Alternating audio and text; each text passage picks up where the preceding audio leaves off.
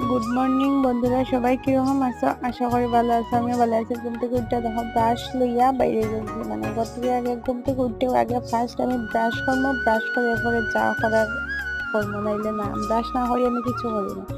তো ব্রাশ করতে করতে একটু রাস্তার বাইরেছি, আমাকে একটু হাঁটাহাঁটি হয়ে একটু মেঘলা মেঘলা ভাব, যেমন বৃষ্টি হইব।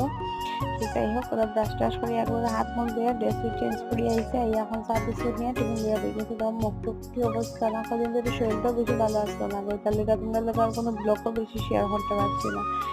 তো যাই হোক, চা টিফিন খাইয়া এখন দোয়ানা দিতেছি আমরা মাঠের উদ্দেশ্যে।